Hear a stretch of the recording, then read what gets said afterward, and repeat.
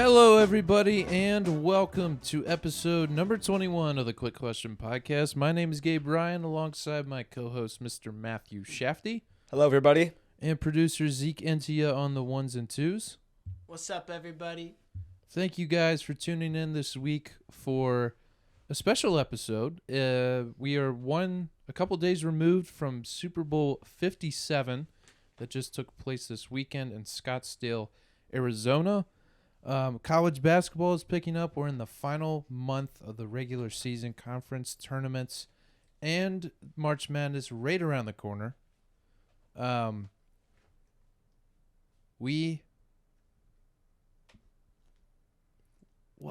I was just busting to say Ted Lasso March 15th.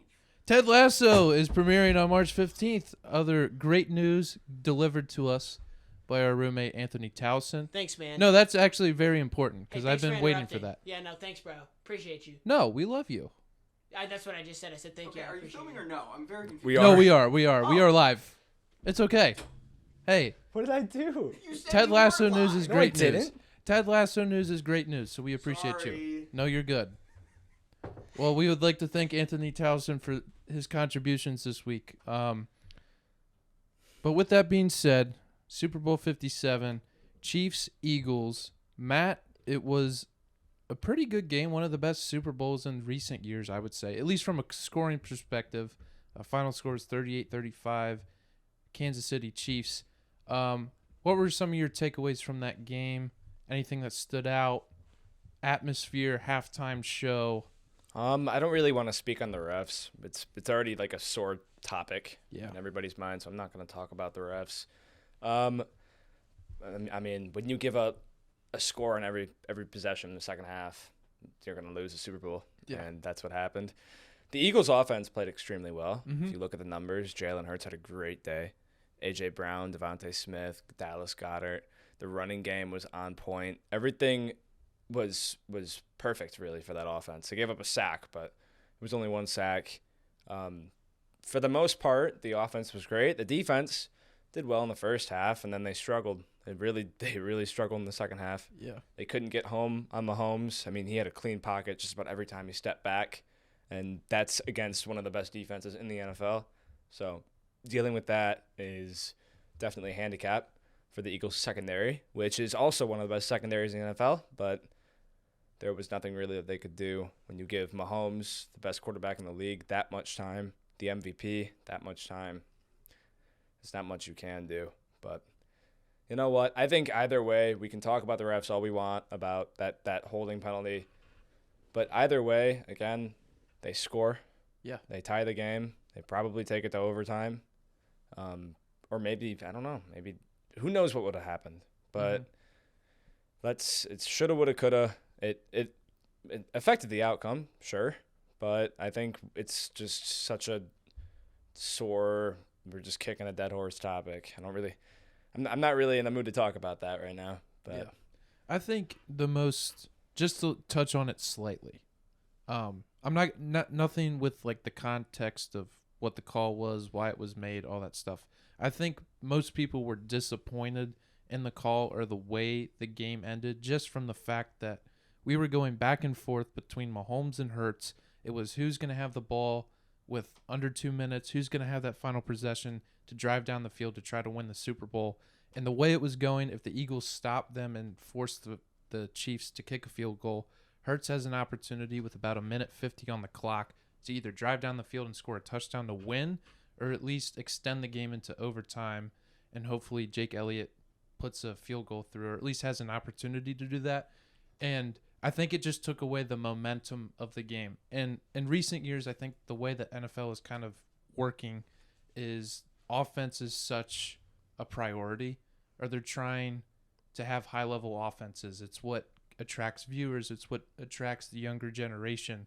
People want to see points, and for the most part, Super Bowl 57 lived up to that. It's just unfortunate that instead of the Chiefs kicking a field goal and the Eagles getting the ball back and maybe having a drive to win the Super Bowl, it's the Chiefs have the ball, Eagles have 0 timeouts, and they kneel the ball a couple times, purposefully don't go into the end zone for a touchdown, and just wind the clock all the way down. Kind of took away the momentum of the game. But with that being said, Chiefs played a great game, especially in the second half. There were some concerns at halftime that Patrick Mahomes re-aggravated his ankle injury because he took a hit at the very end of the first half that was kind of concerning. Probably the most grimacing face that I've seen him make, at least in the last couple weeks with the ankle injury.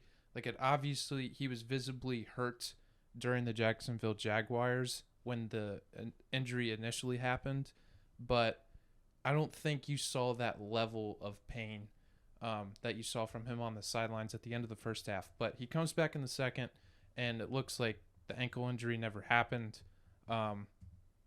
So he played incredible. The Chiefs exploited the Eagles, especially when they got in the red zone. They had their last 2 touchdowns that were scored were essentially the same play, just on different sides of the line of scrimmage. One of the wide receivers faked like they were going in motion and came back for a little fade route to the corner of the end zone. The Eagles didn't have another guy on that side of the field to cover them, so it's basically like they parted the Red Sea and just let the Chiefs walk in for touchdowns. And on the flip side, I think the Eagles did what was expected of them from the standpoint that Jalen Hurts is very effective running the ball, and he also made some incredible throws. His wide receivers, A.J. Brown, Devontae Smith, and Dallas Goedert, made some incredible catches, especially on the sideline in big, pivotal spots. So from that standpoint, it was kind of a little bit of a letdown that it didn't end with more anticipated drama that was building up, like the game was working towards that the entire time. But still, if you're a hater of the Chiefs, if you're a hater of Patrick Mahomes, wake up, because Patrick Mahomes, obviously, even as a Bengals fan, I have to give my flowers to Patrick Mahomes because he's won 2 Super Bowls. He's been there, done that. He's made the conference championship 5 straight years, which is insane. Travis Kelce is a unicorn. No one can guard that man. If they play zone, he runs like 9 yards up the seam. It's like pretty much an automatic first down every time. And then when you get in the red zone, you have to worry about him. You have so many other weapons. And even with Tyreek Hill not being on their roster, being one of the most highly explosive players in the NFL, they still have so many guys that you can plug in and run incredible routes, be effective, be dangerous in the red zone, even way down the field. Marquez Valdez-Scantling made a couple great catches. Juju Smith-Schuster added some high-level offense as well. So the Chiefs, obviously one of the best franchises in the NFL right now. I will disagree with Travis Kelce when he said that everyone doubted them.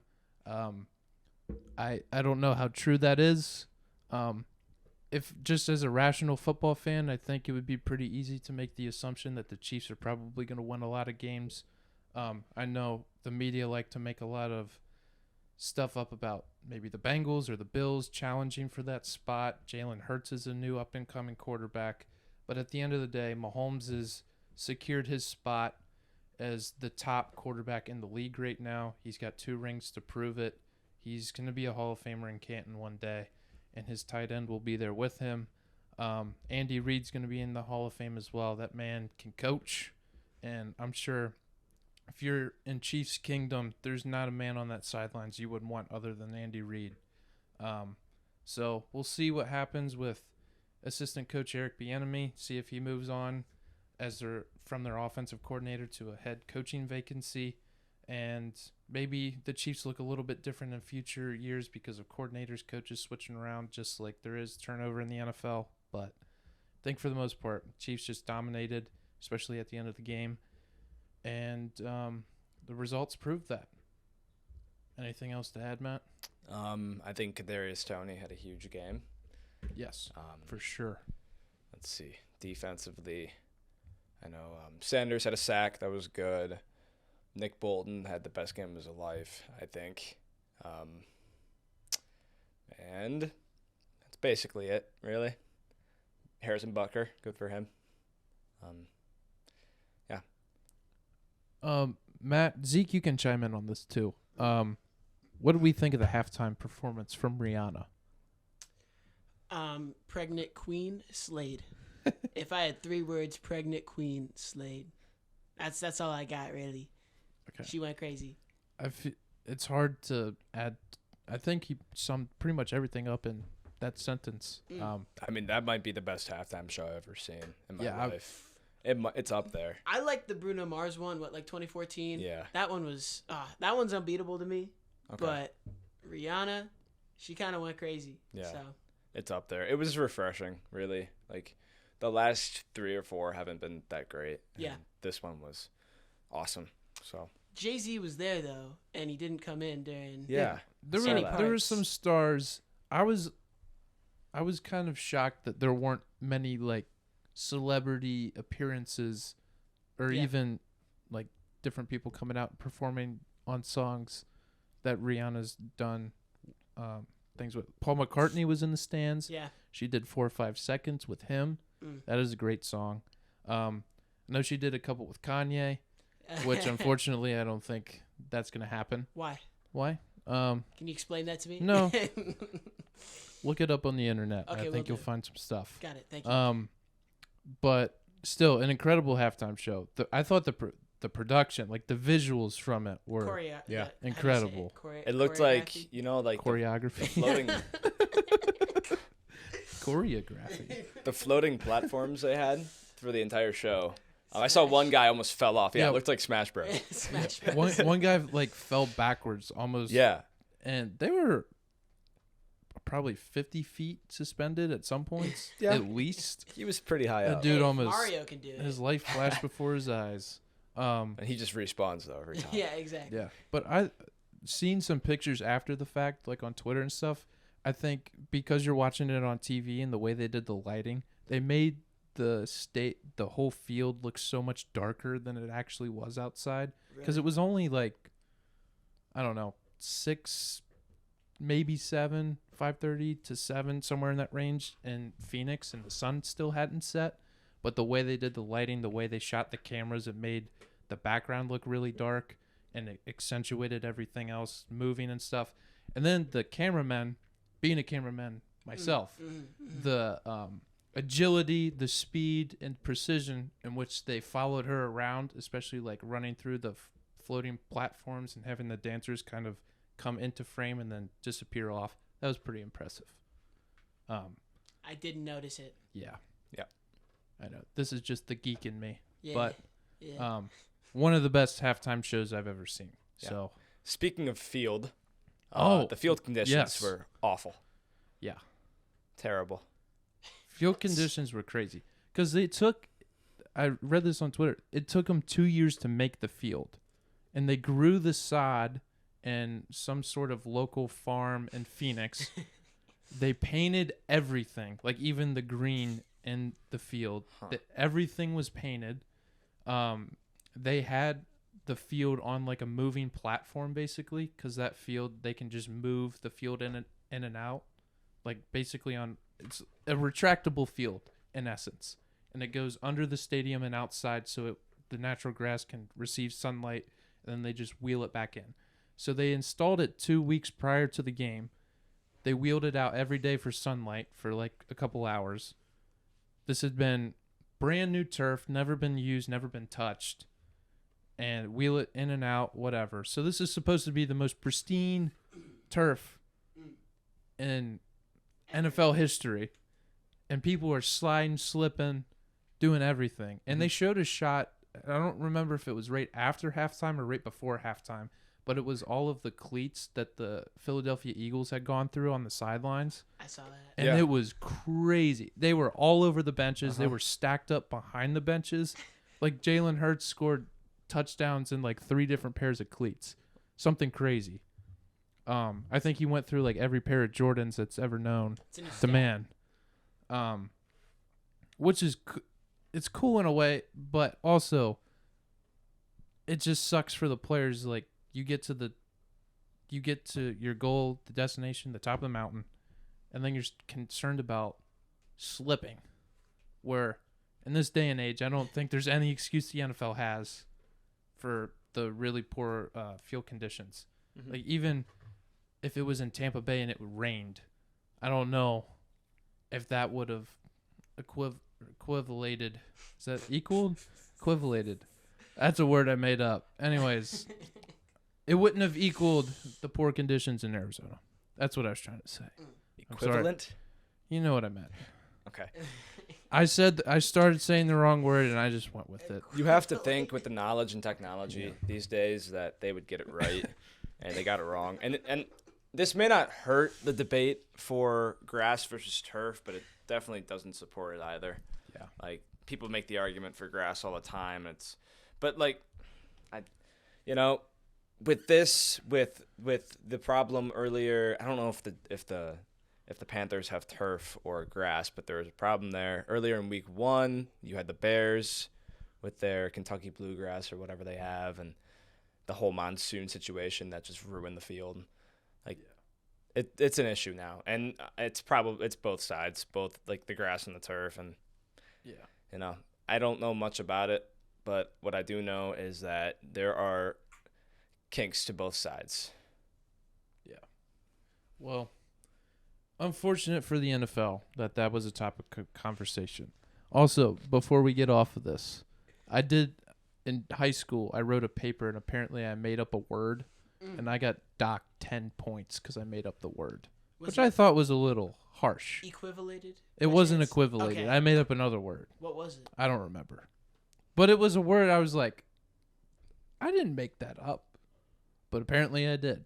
So Yeah, just big brain power over here. Just stick to manning the cameras. Yeah, I'll just shut up, basically. I like that. Okay. Did you write the paper out like on paper, or did you have like Microsoft Word? No, it was like a Google Doc. You got to use Microsoft. I feel Word. like it was a research, like it was an important thing. And what? I was like, what? Why did I get so many points taken off? And it said you made up a word. Did Google Docs like not see the word? Apparently, it thought it was a word. That's why you use Microsoft Word, Well, this man. was like in 2019 before. Microsoft Word. I don't think Microsoft Way to go. Word had it in 2019. That's the way to go. Yeah. Yep, the My red high school, we line. used the Google stuff. We didn't use any of the Microsoft stuff. Anyways, gosh, this conversation is going many different ways. I've used both, and I like Word better. Okay. Hey, thanks, man. I'm just Thank you, Shafty. Put it in my opinion. All right. So, anything else on the Super Bowl? I think we got pretty much all of it. I think that's it. I don't know. Okay. The Gatorade was purple. It's true. Oh, The coin commercials. flip was tails. Anything stand out? The Gronk thing. The Oh, field yeah, goal. the That was kind of a letdown. Did that not go in? It looked like it went in. It looked like it went in, but apparently it didn't. Giant win. All dude. that hype for Ooh. 15 seconds. I think the housekeeping one, the housekeeping. Dude, that one to me, oh that no. one, I mean that. I texted my brother right after that commercial. I said I would have pulled her flag, and he said, "Yeah, put her running back. See No, what I happens." thought that Like, was hilarious. That was the best ad to me. The Yeah, no. previews got me. she's like doing this active. stuff, and I could just like reach over and pull it. Like, okay, I would love to see that. Can we I would- set that up? dude, We could. Open field tackles are hard, man. they Those are, difficult. but it's And she flag has football. She has all But that it's- space. but it's though. flag. She has all. You that don't have to space. wrap her up. You just got to pull the flag. And you never know with Shafty's played both. ankles. Yeah, you never no, know what's going to happen. I She feel hits that with jab. your ankles, Wah, wah, man, wah. I'm sorry. I don't think your ankles stand a chance. They get hurt a lot, but I can read where she's going. I don't know what's gonna happen if my feet like get hurt, but at least I know which direction she's gonna go, and I can stick my arm out. Yeah. Also, there was a beer commercial where they Sorry. No, you're good. Anyways, they had the Sarah McLachlan song where they play for like the animal commercials or whatever, and it was basically like that for zoo animals. It was Bush. And then like halfway through, it was like enough of this crap, and then there's Bush like Bush. I thought that was pretty. Funny. That was so. I I felt. love that. I felt awful. About Everyone's that like, yeah, go beer. Screw the animals. Yeah. Bush. one. I like the one where it was the two beers competing. And Oh, then yeah, it- and then- It ended up and it was being. Blue Moon. Yeah, it was Blue Moon. That was sick. That subverted It was my. Coors What did you versus think Miller. of the? Yeah. Yeah. What did you think of the Tubi TV rabbit hole? Oh, screw That I was think- so scary. That was tripped creepy. up. I've seen so many things of that tripping people up, like especially at big Super Bowl or parties or whatever. Yeah. Everybody's like 30 people, and then that happens, and 30 people start freaking out, like, what happened to the game? Mhm. Oh, that's the other you're Tubi. talking Yeah. about the no. I was I'm talking about to the bring that rabbit up, too. hole. He's talking about the Oh, rabbits. the rabbit hole. That was Yeah. weird. That was weird. That The was one with crazy. that where like I think we all immediately Yeah. yelled at Aaron. Yeah. It Oh, got we us. did. It got us. It got me. Yeah. No, Aaron was scared too. He was like, I don't know what just happened. What did I Yeah. do? Well, do you guys want to shift topics to Let's college see. Well- basketball or no? We had popcorners. Oh, the That was Breaking good. Bad one. That was good. Avocados from Mexico. Always a banger. Always good commercials there. Which one? Did Budweiser have a which one was commercial that? this year? What was the avocado one this year? Budweiser. It was Adam and Eve. Oh yeah. Yeah. I think I was like half paying attention in Okay. that one, but I looked That's a good over one. and I saw Eve. So Oh, okay. I was like, "Is that Eve?" It was. You just confirmed it. And then there was like a groundhog or something in a tree. Gave Eve an avocado. It was something weird. Oh, the triangle one with good the Doritos. and- Oh, yeah. Oh, yeah. With Jack Harlow. Jack Harlow, yeah. Yeah. And then Squarespace with the squares. I didn't see that. That actually was a commercial. I'm not making a joke there. That Oh, was really? like, yeah, that was All right. Well, What else? Who was the country singer and his mom, right? There was T-Mobile. country. It was a country singer No, and his mom. he's an actor, Bradley Cooper. Oh, never mind. He I'm sorry. played in A Star Is Born, and he played a Ah. country singer. Yeah, with Lady Gaga. That's That what- was yeah. I was thinking about the target audience for that one. That was all moms, man. Mhm. Like My that- mom texted us about that commercial. Oh, really? Yeah. Exactly. Like I was thinking in the moment. Sorry, I was just using my major. Sorry. Oh, speaking of country singers, Chris Stapleton's national anthem Was that good? was awesome. I was. If you good. haven't seen it, look it up on YouTube. Look it up somewhere. It is awesome. I watched the whole He- game, but I still was half paying attention. Yeah, To he everything. played his electric guitar Mm. for the song, and it was really well done. Very moving. And I don't know if you saw the picture of Eagles coach Nick Sirianni, but he had tears like flying out of his. I did see like, that. Yeah, yeah. he was yeah. very I saw emotional. the video. Yeah. Yeah, Or not the But- video. Yeah. Whatever. it was a very It's good like- performance. It's like 20% Stapleton and 80% I'm in the Super Bowl. 30% and 80%. What is Or that? I said 20% and 80%. I said 20%. Well, you said 20 and then 30. I said 30 then 20. Whatever. you? 20 and 80. Or you could do Can 37. we wind that back? 25, We can't, 75. no. Dang it. But I think it was mainly like, whoa, I'm in the Super Bowl. Things hitting them all at once. I think it was all Chris Stapleton and the You think- electric guitar. Okay. Tennessee. As a guitar whiskey. player, that's what it does to people. Yep. All right. Well, shifting topics entirely. I wanted to talk a little bit about college basketball. It is currently, as we're recording, February 14th. Happy Valentine's Day out there to everyone. Purdue lost their second game of the year. Third game of the year. My apologies. To Northwestern. They have dropped from number 1 to number 3. Alabama currently sits atop the college basketball world. Houston right behind them. Miller. Texas, Faster. Kansas, UCLA, Virginia, Arizona, Baylor, Tennessee, all teams in the top 10 in the mix. I think the most fluctuation throughout the season has been from teams about 15 through the end of the list at 25. It's been teams bouncing around, different seedings, but essentially the same list of teams. So Shafty, without doing any research, just off the top of your head, are there any teams in the Big Ten, in the ACC, Big East, Pac-12 that you have either seen in the last couple weeks that you thought maybe they're a little bit underrated, have a great chance at a run, or thought the opposite, they're a little bit overhyped, fraudulent teams Well, heading into I've March? I've thought a little bit of both for North Carolina, and it's a weird year for them. Started the year pretty well. Conference play has not been nice to them, but they have these games in spurts where they look like, hey, this is a team that can make a run like they did last year, and then you see them like last night against Miami at home. It's like, okay, I know Miami's a good team. They have Isaiah Wong. They're ranked 19th, I think. Even with that being said, you're at home. This is a matchup that, hey, you've won a game against Clemson, who's one of the better teams in the ACC. This is a game that you have to win here. You got to pull this one out. I know it's not a must win, but to see all that momentum late in the season, that would be really nice to win, and they didn't win it. It was a letdown, really. The first half was not pretty to them. It seemed like they could have bounced back, but they didn't. They still lost by 8.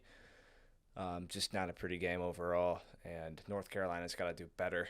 When we talk about the ACC, we think about Duke, North Carolina. We thought 1 and 2 in whatever order you want at the beginning of the year, and right now you have like Pitt in second place.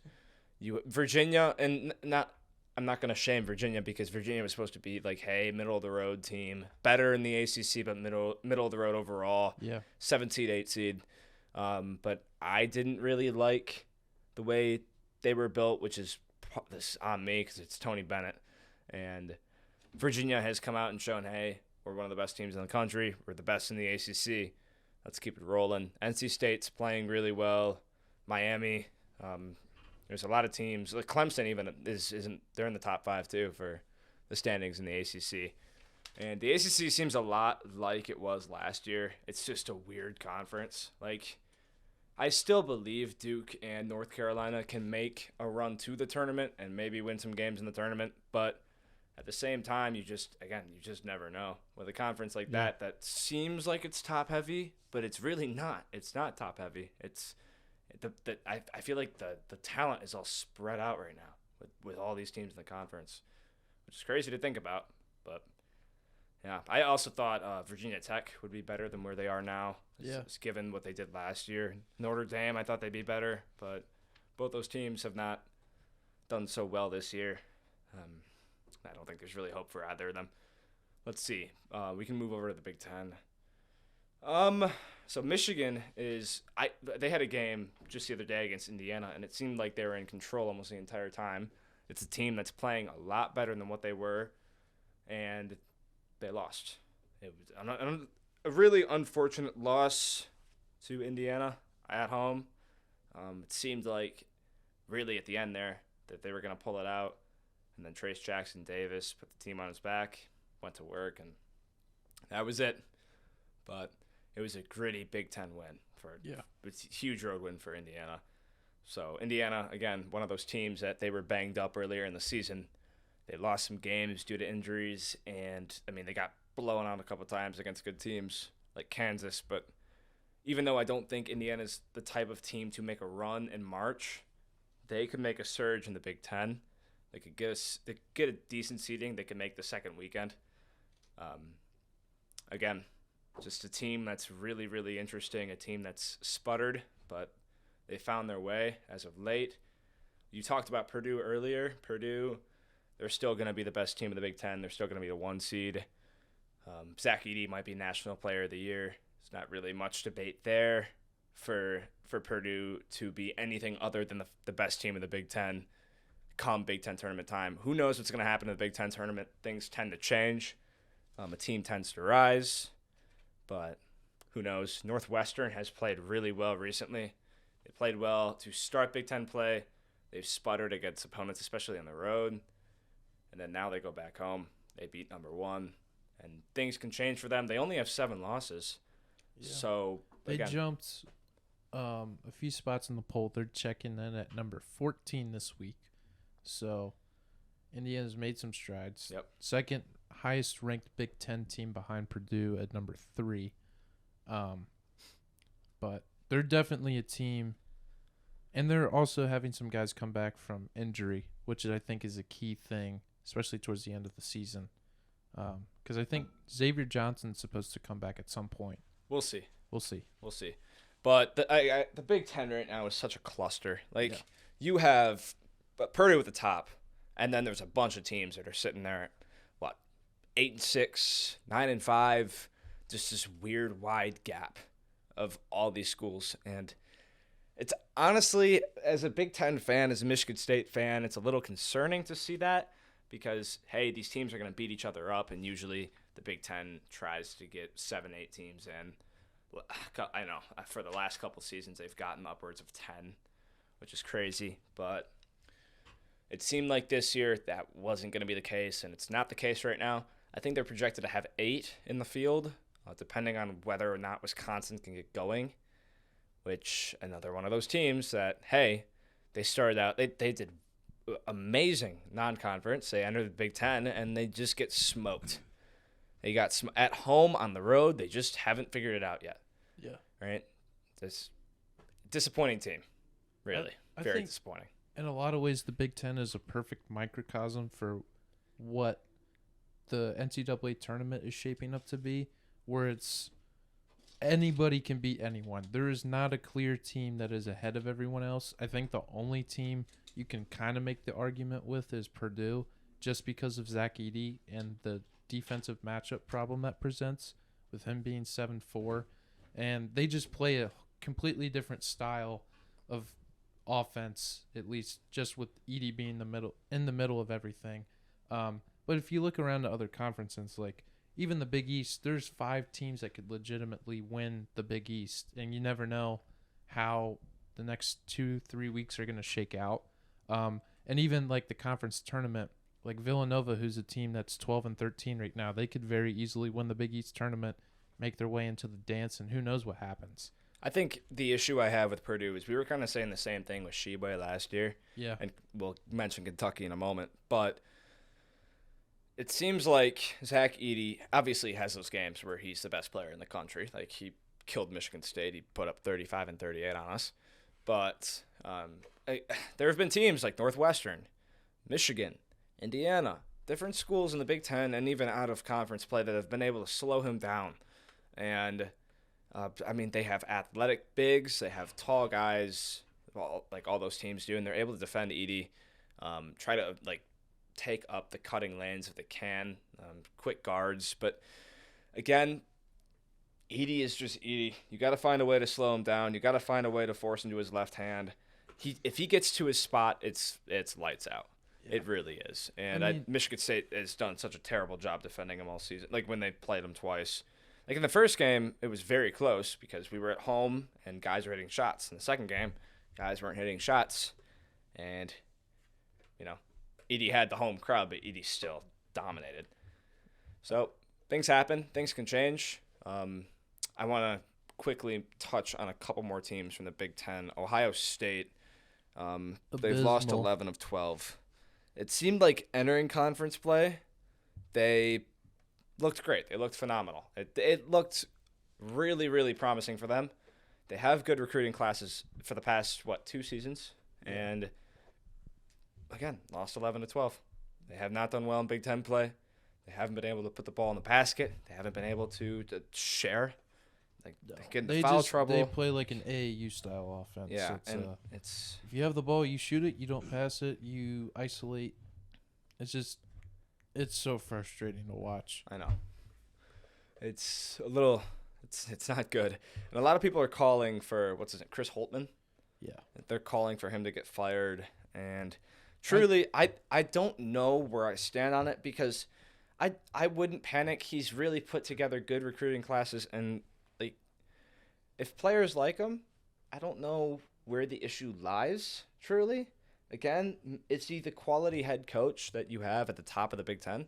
No, I don't think so. I think he's a good coach. But I don't see why they paid him a lot of money. Yeah. A lot of money that doesn't really make sense. But he's still a good coach. I have no problems with Holtmann. Again, it's going to be, hey, can he get his team beyond the first weekend of March Madness? Can he get him to the Sweet 16, Elite 8, Final 4? Can he win the Big Ten? Can he compete in the Big Ten tournament? It's just there's so many factors, and I think as you grab better players, maybe you get better assistants. I don't know. Once these guys develop, get more experience, it's going to be really good for Ohio State. They just have to wait. Like this recruiting class coming up is going to be great as well. Them and Michigan State are at the top of the conference, top 2. But it's gonna be fun to watch, fun to see. Hopefully they can turn around. My last team I quickly wanted to mention was Illinois. Illinois is playing a lot better recently. They again, a team that really fluctuated in Big Ten play, but due to the rest of the conference fluctuating, other than Purdue, they've been able to make noise. They've been quietly that team that has risen to, hey, maybe we can get a bye in Big Ten play in the Big Ten tournament.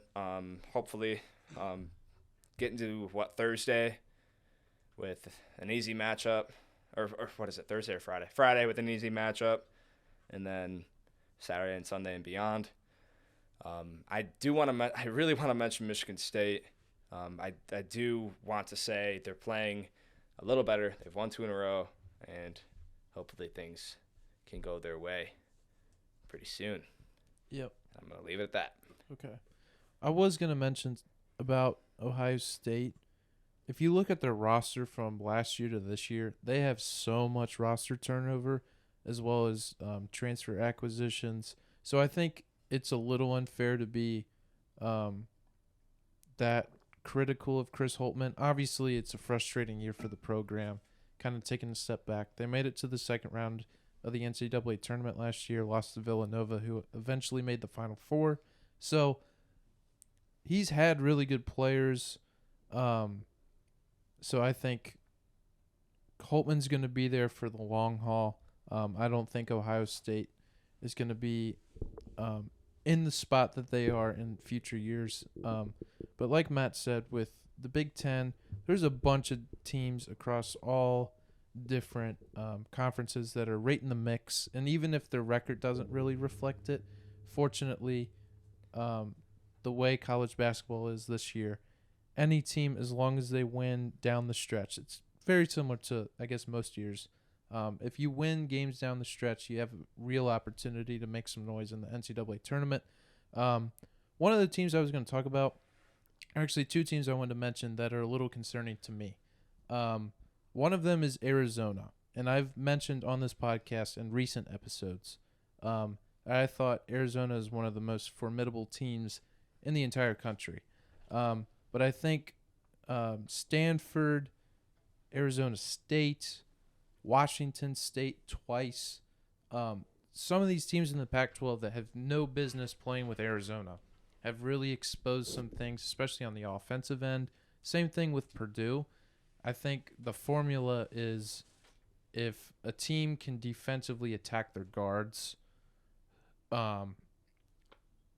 it just everything kind of goes to shambles. Kirk Krisha and Ramey for Arizona, they're great players, but if there's a lot of defensive pressure applied to them from the opposing team, things can fall apart because Arizona runs through the big men into Bellis and Omar Ballo. And same thing with Tennessee. Tennessee's a very, very good defensive team, but they struggle at times putting the ball in the basket. I mean, they beat Auburn a couple weeks ago, 48-45. Yep. 48-45 in a Division I men's basketball game. That's crazy. And then obviously had 2 heartbreaking losses at the buzzer to Vanderbilt and then Missouri last weekend. Tennessee, in the tournament, you have to score points to win games. Like, you can rely on your defense to an extent, but if you can't put the ball in the basket, some teams are going to trump you, even if they, again, have no business being on the court with you. Another team that's been up and down that's been, or actually my NCAA tournament champion pick to begin the season, the Kentucky Wildcats. They've been frustrating to watch. You have first-round talent on your roster like Cason Wallace. You've got the reigning National Player of the Year in Oscar Tshiebwe on your roster again. And like Matt mentioned before, they've taken Tshiebwe out of games this year. Or even if he scored a lot of points, teams are forcing him to take shots and not pass the ball back out once he gets it in the post. And then defensively, have you seen Kentucky try to defend a ball screen this year? It is awful.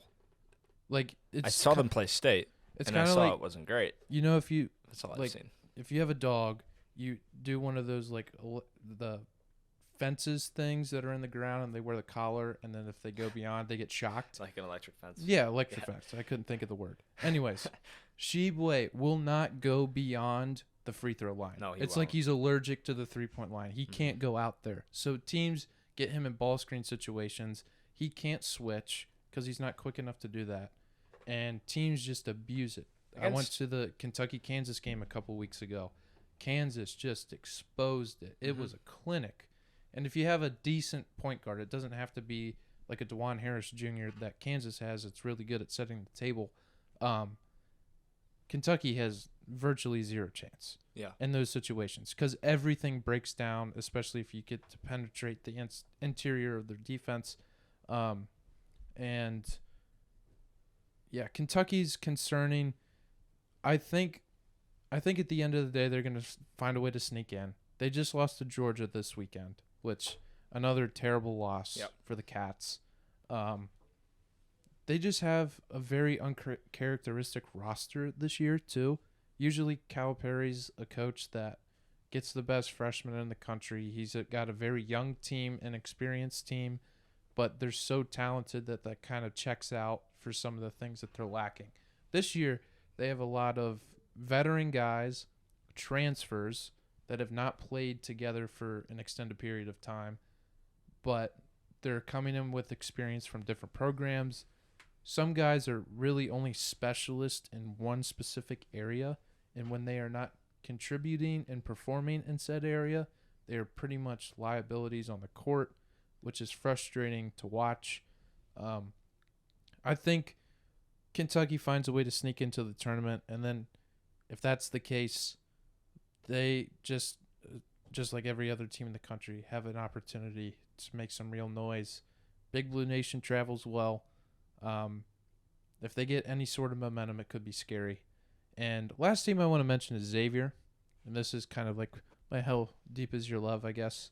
But they have been facing some injury in the last couple of weeks. Zach Freemantle is out probably till around the start of the Big East tournament, and he has been their second leading scorer on the year, leading rebounder, veteran presence. He's done an excellent job this year. He's won Big East Player of the Week a couple times.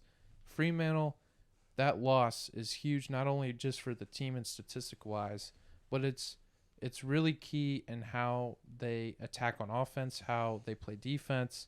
Their offensive flow is completely different. And the matchup problem that teams have with him at the 4 is you can't put a smaller guard on him because he'll just post you up and abuse you inside.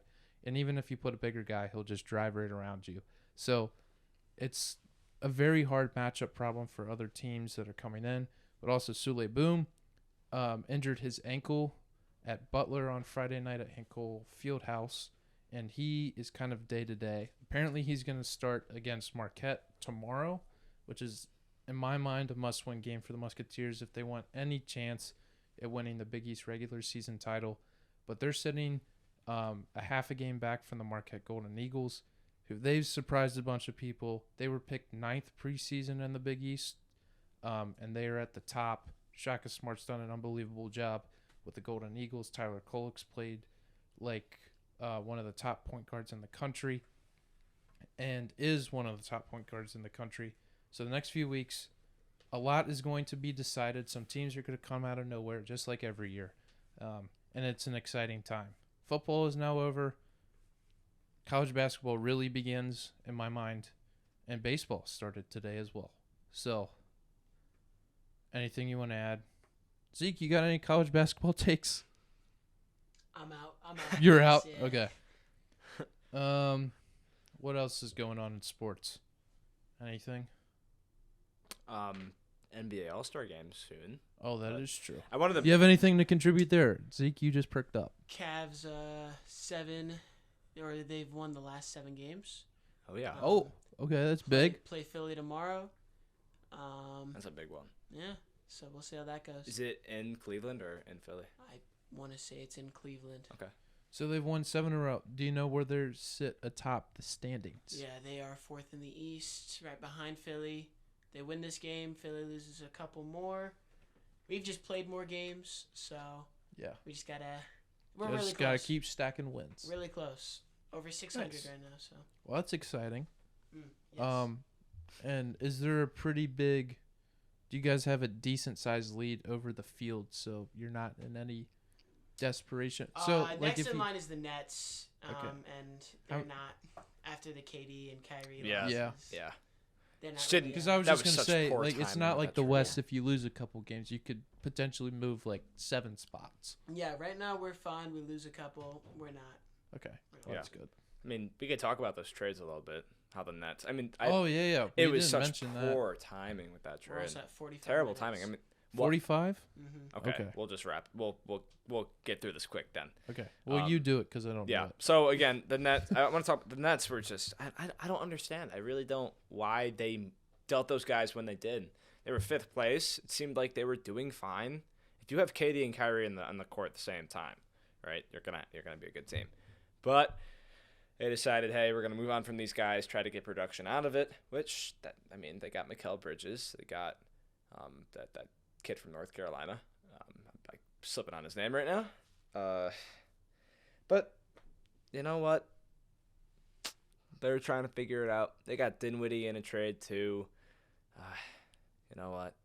I hope they can keep things going. They're kind of on the younger side now. They got Nick Claxton in their starting lineup, along with Mikal Bridges, along with Cam Thomas, I believe is a starter right now. Edmund Sumner's still coming off the bench. I think so. But hey, he's 2nd in the league in free throw percentage. Saw that yesterday. So they have Ben Simmons, but like it's Ben Simmons. It's like they just don't. I don't know what's going on with Ben Simmons, man. He can't shoot. No confidence. No confidence whatsoever. Well, yeah. It's hard to have confidence when you can't shoot. Cam Johnson was a guy I'm thinking about from North Carolina. 6'10" wing, big guy, tall guy really. He can big, pretty much tall. only shoot. Yeah, pretty much only. He's gotten better though in the NBA driving, but he's a much better perimeter threat, or much bigger perimeter threat than he is really anywhere else in his game. I spoke about Mikal. They have a lineup that can obviously work in the playoffs. They don't have a star, nothing like that. But again, it's a team that can make the playoffs. It's a team that is set up record-wise to, hey, maybe we can. We're probably going to make the playoffs.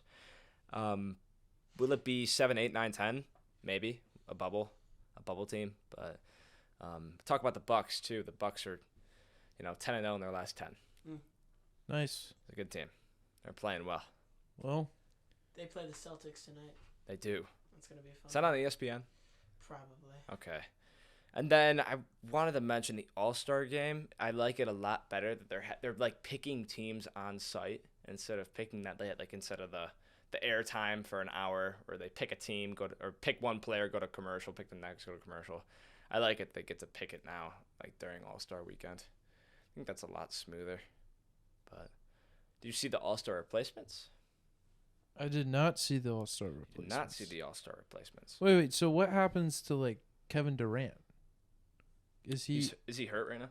No, but I'm just saying because he's coming from the Nets, or it doesn't matter. East and West doesn't matter. No, anymore. it doesn't. It's weird. It doesn't matter. I don't.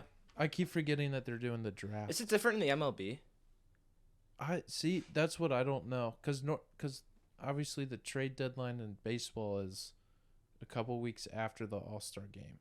Sometimes players get moved beforehand, but for the most part, a lot of those trades come down the last week of July up to the July 30th deadline. Yep. Or 31st, whatever it is. Right. But Anthony Edwards, a lot of people say he was snubbed. He's in now as a replacement. De'Aaron Fox is in. Sacramento Kings, man, they've been doing all right. And then Pascal Siakam of the Toronto Raptors. Let's go. That is a team that needs a bench really bad. They got a great starting lineup. They have nothing outside of their starting five. And that's why they can't win in the East right now. And then there's a Western Conference, which we've already touched on that. Crazy. Did you see, this is completely unrelated, did you see what Juju Smith-Schuster put on Twitter today? No. His Valentine. For those of you guys that are unable to see this, it's a picture of A.J. Brown, and it says, I'll hold you when it matters most. That's so terrible. And the best part is A.J. Brown's tweet in response to this. It says, first off, congratulations. Y'all deserve it. But this is lame.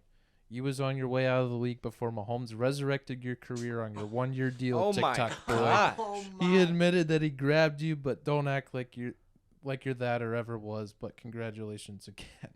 So Wow. Oh, here we go. We got beef now. here we go. That's This insane. league, Tag. Tore him apart. Woo! TikTok boy. Oh my Wow. god. Wow, that's so funny. I'm not Mal- a big Juju guy. Not a big I'm Juju fan. I'm So- not either, because he was a Steeler, and and after all the dancing that he did Oh last my year on the God. logos, He was good in the Steelers though. He was all. I He mean, was he was good. All right, He was but good. Like, yeah, Yeah. no, he made Pro Bowls. Yeah, no, he was good. He was good, but I didn't like him as a player. no. Yeah, no. He shut up a little bit after Von Bell it- smoked him. He's a little on Monday Night childish at Football, times. which I think that was a hit for everybody Mhm. around the country. That was the Um, beginning of the rebuild for the, yeah. the Bengals. Right there. It wasn't the Joe Burrow pick. No, it was It was the smacking. Von Bell. It was like, all right, Smoking this team next year, they're gonna. It be was Ryan nuts. Finley. Ryan Finley Ryan beating the Finley. Steelers on Monday Night Football. I watched highlights of those games recently, and there was, because obviously it was a COVID year, but there was nobody there. Absolutely nobody there. But man, that's just such a petty tweet. But Yeah, I'm ready for football, man. I'm ready for football. Wind the clock. Is it 6 months, 7 months? However many months, How whatever it many? is. Yeah, it's a lot college of time. football starts in August, and then NFL starts September. Yeah. Yeah, All right. Well, anything else you guys want to talk about, or you want to get out of here? let's get out of here. Let's get out of here. Well, thank you guys for joining us for episode number 21 of the Quick Question Podcast. We appreciate you guys tuning in this week. Obviously, as you know by now, this is only audio only. We forgot to charge our camera today, which is completely on me. Last week, our audio machine broke, so we're trying to figure out a new solution for how we did things. We thought we had a bulletproof plan, but now we don't. But we'll update you as soon as possible and hopefully get back to normal stuff next week. But thank you guys for joining us again. Have a wonderful week, and we will see you guys later. Peace out.